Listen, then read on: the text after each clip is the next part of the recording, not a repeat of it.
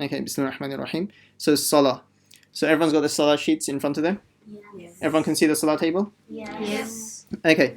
So here, before we actually go into the fiqh of Salah, we just need to understand this table. Very quickly, we've learned what fard means, we've learned what sunnah means, we've learned what sunnah mu'akkada means, and then wajib we also know what that means, and we're going to go over nafil as well, just in case we don't know what it means. Okay, can everyone see the fard column? Yes. Everyone see the fard column? Okay. This is the most important salah that everyone has to pray. And this is a salah that Allah talks about. Just this column, the fard column. Allah says, Bunya al-Islamu ala khams. That Islam has been found is upon 5 foundations. Or you can call it pillars. I don't like that translation. It's 5 foundations. Which the first one is Shahada, Allah ilaha illallah. The first thing is that you testify towards the oneness of Allah and that the Prophet Muhammad is the messenger. And the second one is Salah. And that is referring to the 5 times fard salahs that a Muslim prays in a day. Does that make sense? Yeah. So the fard is the most important prayer. And this is a salah that Allah talks about in the Quran. Allah says, Inna salata kanat ala al-mu'minina kitaban mawquta. That Allah says, indeed salah has been prescribed as an obligation upon the believers in its appointed times. Meaning that each salah has its own appointed time. So that when Allah says that the salah has been made obligatory on them, Allah's talking about this fard column over here. That Fajr time has a starting, and every salah has its own appointed time. So Fajr will have a start time, have an end time. Then Dhuhr will have a start time, then have an end time. Then Asr will have a start time, have an end time, and the salah has to be prayed within that time. And the next lesson that we'll do is we're going to go over the timings of the salahs. When does each salah start? Where is the sun at that point, etc. We're going to go through that. So everyone understood the fard. And the fard salah, a person cannot miss it regardless. Doesn't matter what the excuse is, there is no excuse for missing a fard salah. If you're traveling, let's say you're going from, today I'm going to be traveling from here and I'm going to be driving back to Blackburn. That's a 6-hour drive. So I'm going to leave at 3:30 after the class. And then, so it's going to take me 6 hours. So all the salahs, so in between I'm going to have to pray Asr, I'm going to have to pray Maghrib as well. I cannot miss these 2 salahs because I'm traveling. I have to stop the car, go to a petrol station, service station, do wudu, and perform salah wherever I can. Whether it's in the concrete, whether it's on the grass, wherever. Yeah. My mom does a prayer, like a traveling prayer, because sometimes she misses out a prayer because she can't stop because she's driving. Can't you do that? No. If there is no excuse. If you're driving, that's even better because you're a driver, you control the car, isn't it? Yeah? If you're a passenger, then maybe you can have an excuse. The driver didn't stop and I asked him, but he still wouldn't listen to me. Then you have an excuse. Yeah? So when you're traveling, you cannot miss a fard prayer. You have to stop somewhere. I've done salah in ridiculous places. I've done salahs in street corners. Everyone's walking past to start my salah because salah time was going to end and I couldn't find a suitable place. I've done it in, just 1 second. I've done it in train stations. The train's about to come and I'm going to miss my salah if I get in a train. So I've done it on the side and everyone's just staring at me. I've done it inside the building of the, just 1 second. I've done it inside the building of a train station. You know where everyone goes to see what times the trains are? And like hundreds and hundreds of people there. I couldn't find a suitable place for my salah. My train was about to leave. I had to quickly do my salah. So I just went onto the side and everyone just staring at me. They stopped looking at the train schedule and started looking at me. But salah is salah, isn't it? It's the most important thing. Just 1 second. I'm coming to you. So this is a fard salah that can never be missed. Okay, yes. When my mum is travelling, she normally brings a travel mat. So whenever she stops for salah, she normally brings the travel mat and she normally prays on that. Yeah, so that's something that whenever you're traveling, you should always keep on with you. Yeah. Can you not pray in the car? No. And we'll in our faraid of salah lesson, we'll go into why you can't just pray in the car. We'll go into that in detail. Yeah. We've prayed in the car before. Does that mean it doesn't count? Yes. Repeat those salahs. Yeah. So you cannot pray in the car. And when we go into the faraid of salahs lesson, I'll tell you why you can't pray in the car. Yeah. Okay. So that's the fard column. Even if you're ill, let's say you're very ill one day and you've been in bed the entire day, even then you cannot miss your salah. If you're so ill that you cannot stand up, you have to sit down and do salah. If you're so ill you can't even sit down, even then it's not forgiven. You have to lie down and do your salah. Like Yeah, so we'll go into that later. So what you'll do, just 1 second. So what you lie down, and for ruku, just lift your back up a bit, and for sujood, just lift your back up a bit more, and and you have like that. You have to do your whole salah. So there's no situation where we think that okay, it's a bit difficult now. I can miss my salah. You cannot miss your salah. Okay, yes. Who had questions? Okay, yes, at the back, and then. Doesn't nafil just means nawafil? Yeah, but we haven't gone into that. We'll go into that when we come to it. But yes, you're right. And also, if you're very old and like you're, for example, bedridden, can you also like use your eyes to pray? No, you can't use your eyes. I can say. What if you're autistic? Okay, then that's in a different discussion we're going to do later. So if you can't even understand the concept of salah, you don't have to pray salah. You have to be sane for salah to be further than you. Okay, yes. What if you're like paralyzed and you can't actually do, like you can't move at all? Then if you can't move your back even slightly or nothing, then I'm guessing you don't have to pray because you're not able to. But you could think. You could Okay. actually like, think you're praying. No, you can't. Okay. Okay, go on, Safa. What if you're unconscious or you can't? You don't even know what's going on. Yeah. Okay, then that has a different rule. I can't remember from the top of my head. I think if you're unconscious for 5 salahs in a row, then your salahs are forgiven. But I think if it's less than that, then you have to do qada. I can't remember exactly. There's a certain amount of salahs that if you're unconscious for, then they're forgiven. But anyway, so this is the fard salah, which has to be prayed. Okay, and then we went, so Fajr Salah is 2 rakats fard, Dhuhr is 2 rakats fard, Asr 4 rakats, Dhuhr 4 rakats fard, Asr 4 rakats fard, Maghrib 3 rakats fard, Isha 4 rakats fard. This is the main Salah of the day. If you do not have time for anything else, but you have to make time for fard. Does that make sense? Mm-hmm. Yeah? Okay, but then we get the Sunnah. What does the word Sunnah literally mean? Who can tell me? Okay, at the back. Does it mean what the Prophet Muhammad sallallahu alaihi wasallam did? Yes. So this is an extra action of the Prophet Muhammad sallallahu alaihi wasallam. When Allah talks about that Allah has made salah fard on the believers, Allah's not talking about this column. Allah's talking about the fard column. It's one. But the Prophet sallallahu alaihi wasallam, before he used to pray his Fajr salah, which was fard, he used to pray an extra 2 rakat salah. And after that, he used to pray his fard salah. Does that make sense? Yeah. But then we come, this 2, it has a star in it, doesn't it? Mm-hmm. That star is sunnah mu'akkada. Okay. We can ask something? Isn't it the opposite of makruh? So makruh is something that the Prophet didn't like, or something that the Prophet didn't do, and sunnah is something the Prophet did do and he does like. Yeah, you can think of it like that as well. Yeah. Okay, so this is sunnah mu'akkada. When a sunnah becomes mu'akkada, that means that's the sunnah that we have to do as well. If it's a sunnah which isn't mu'akkada just means very important or emphasized. Does that make sense? So sunnah, something that the Prophet did, when it becomes mu'akkada, extremely emphasized, then that means we have to do it as well. But it's not the same as fard, because fard is the one that Allah talked about in the Quran, isn't it? So that's the highest level of importance. So this sunnah mu'akkada, although it's important, but not near as level as a fard. It's much lower. Does that make sense? Yeah. That's why if we miss the sunnah mu'akkada, let's say once or twice, just because we couldn't be bothered, will we be sinful? No, we won't be sinful. Allah won't punish us for it. Only when we have a habit of missing it and continuously keep on missing it and becomes a habit of not doing it, then Allah can take us to task for it. If Allah wants, Allah can punish us. If Allah wants, Allah can give us any other sort of punishment. Allah can tell us off, etc. Does that make sense? So sunnah mu'akkada, we have to do. And then the Prophet ﷺ used to pray 2 rakats fard. And in Dhuhr salah, Umair, what salahs did the Prophet ﷺ used to pray? So in Dhuhr time now.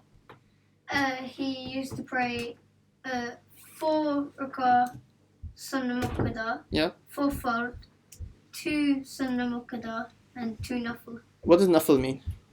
Go on, Umair. Something that it's you can do it if you want. It's not obligatory. And Nafil. you still get reward for it. Yeah. So nafil is completely optional. So this will be taken from the life of the Prophet ﷺ, that maybe a few times in his life he done this. So it showed to us that it's a good thing that we can do it. But most of the time he didn't do it. So does that mean we have to do it? No. No. So because the Prophet ﷺ only done it a few times here and there, so that's why this has been put as a nafil prayer. So if you want, like the Prophet ﷺ, you can also do it. It's good. But if you leave it out, will we be sinful or anything? No, we haven't done anything bad. Whereas sunnah mu'akkada, this is something that the Prophet ﷺ used to do all the time. He used to do all the time. Only once or twice maybe he missed it. That's what we call sunnah mu'akkada. So because he always used to do it, it becomes not just an ordinary sunnah, becomes a mu'akkada sunnah, emphasized sunnah. Yes. If the Prophet did it all the time, then why isn't it a fard? Because he missed that once or twice. That's why I said that. Okay. Yeah, so he used to do it all the time, but he did miss it out once or twice. So it shows to us it's not fard. Because if he done something and never missed it out, it would actually be fard for us. Does that make sense? Mm-hmm. So that's why it's not fard, but it's two levels lower. It's a sunnah mu'akkada. Okay, any questions before we move on? No. Okay, Asr Salah. Okay, go on, Miriam. 4 rakahs for sunnah, 4 for fard, none for sunnah, none for Okay, so just ignore them. You don't even have to say them. Yeah. So here the Prophet ﷺ, before praying his main Asr Salah, he would pray his 4 rakat Asr. But is this one mu'akkada? No, it's not stuff. no. Yeah, so this one is not a sunnah mu'akkada. So this would be less important. So this one would be the Prophet ﷺ sometimes prayed it, sometimes didn't pray it, sometimes he prayed it, sometimes he didn't pray it. And for this one, he actually gave some rewards. He told us about some rewards as well, particular rewards. So it's not a nafil, but because the Prophet ﷺ, he used to do it more than just once in a few weeks or months or something. It was a bit more important than that, but not important enough to be a sunnah mu'akkada, because he used to leave it himself quite often. Does that make sense? So it's a sunnah, but it's not sunnah mu'akkada. That's why if we do it, it's good. If we don't do it, we're not to blame. There's no problem in it, but it's good to do it. And then the 4 rakats fard. Any questions before we move on? Okay, then the Maghrib Salah. Does it have any sunnahs before the fard? No. No. That's because soon as Maghrib time starts, we should not delay the Maghrib Salah. Soon as it starts, we should go straight to the fard. The Prophet he put a lot of emphasis on praying Maghrib Salah as soon as it starts. Yeah. Is it because you have less time for that? Salah. There is actually quite a long time for it. It's not too short. But it's just generally the Prophet he wanted that Salah to be prayed as quickly as possible. Would it be fair to do it as very quickly as possible? It's wajib. So if you delay it for about 15-20 minutes, it becomes like makruh tanzihi. But if you delay it for a bit longer without a valid excuse, it becomes makruh tahrimi to delay it after a certain period. So first you go straight into the fard, 3 rakats fard, and then 2 rakats sunnah mu'akkada. Do we need to do that one? No. It's just the sunnah. We don't need to pray our sunnah mu'akkadas? You do? Yes, we need to pray our sunnah mu'akkadas. The Prophet ﷺ said that these are my sunnahs. In one hadith, he's referring to his practices. These are my sunnahs. If لَوْ تَرَكْتُمْ سُنَّةَ نَبِيِّكُمْ, he said, if you leave the sunnah of your Prophet, لَضَلَلْتُمْ, you will go astray. The Prophet said you will lose the right track and you go away from the track of Islam. So sunnahs are very important. Just one second. Another hadith, the Prophet said, مَنْ تَرَكَ سُنَّتِي لَمْ يَنَلْ شَفَاعَتِي. Whoever leaves my sunnah, he will not get my intercession, i.e. on the Day of Judgment. In the Day of Judgment, you all know how crazy it's going to be, isn't it? How difficult it's going to be. Everyone in the entire world who ever lived will be in need of the Prophet ﷺ asking for their forgiveness in front of Allah. So the Prophet ﷺ said, if you do not do his sunnats, you will not get his intercession. So aren't we in need of the Prophet's intercession? Is there anyone that's not in need of it? Yeah? So that's why sunnats are so important. Especially the sunnah mu'akkada. Maybe the sunnah ghayr mu'akkada, which aren't mu'akkada, we can leave them out because they're not as emphasized, but especially sunnah mu'akkada, we should not be leaving them out. Yes, Sumar. What if you're praying Dhuhr and you miss the Sunnah Muakkada, but you pray the Fard, and also you miss the Sunnah Muakkada, the 2 Sunnah Muakkada, and you miss the 4 Sunnah for Asr? What about it? What would happen if you miss the Dhuhr Sunnah Muakkada? Okay, so that's the sunnah mu'akkada, isn't it? So we said, are we supposed to do them or? We have to do them. We have to do them, isn't it? If you miss it once or twice, then that's fine.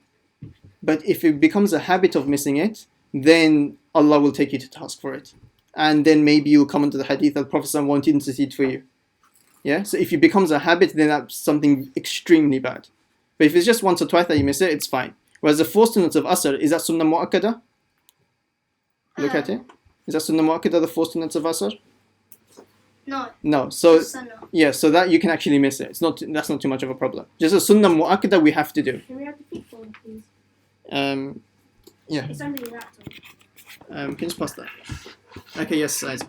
Can you do a sunnah outside of Salah? Like, can you do it like if it's like you do sunnah things? Can it be like not have to do with Salah? Yes, of course. Yeah. So there's thousands and thousands of things which are sunnah outside of Salah. But we'll go into that in other lessons. Okay, yes. You know how you said if you don't do cinema at Qadar, Yeah. then you get like punished. We can be. It's completely up to Allah. You can be punished. What about all the people, like the non-Muslims who don't do it? Would they be punished as well? Okay, that we're going into a different discussion.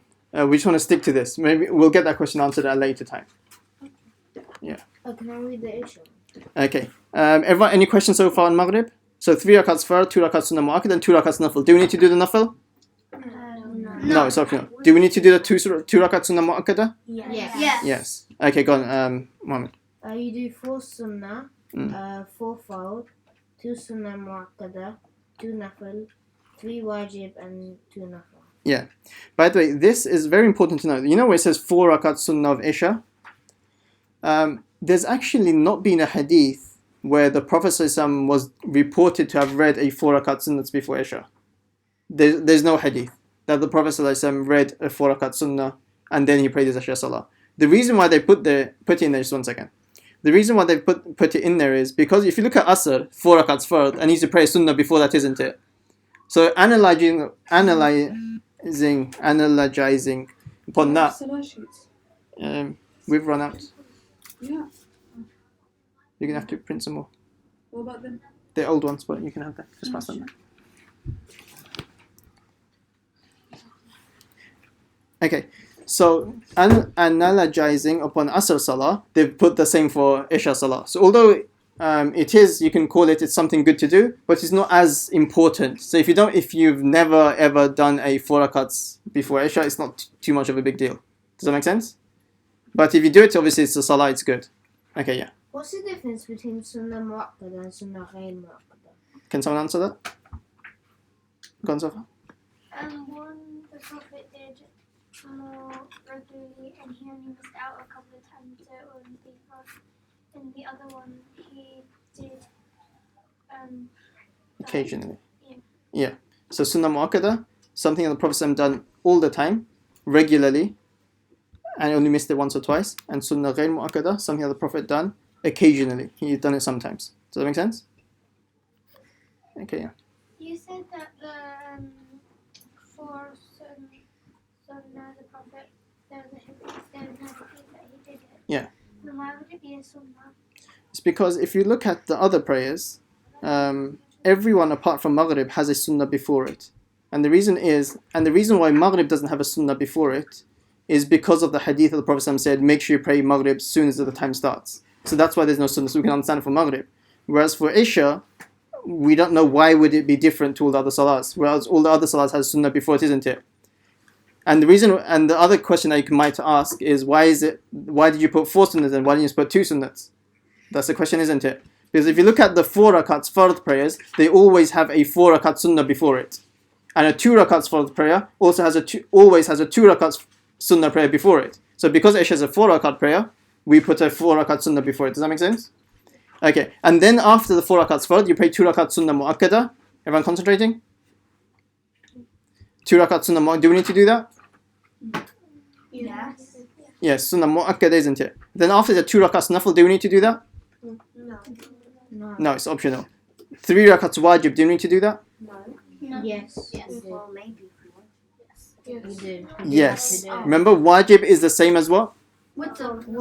Fard. Fard. Wajib and fard are the same thing, isn't it? Yeah. Just how you have to do the fard, you have to do the wajib as well. Yeah. Why is it called witr then? Witr, wajib is a ruling. You can call it witr as well. The Prophet, witr just means odd because it's an odd number of rakats. They've called it witr. Ah.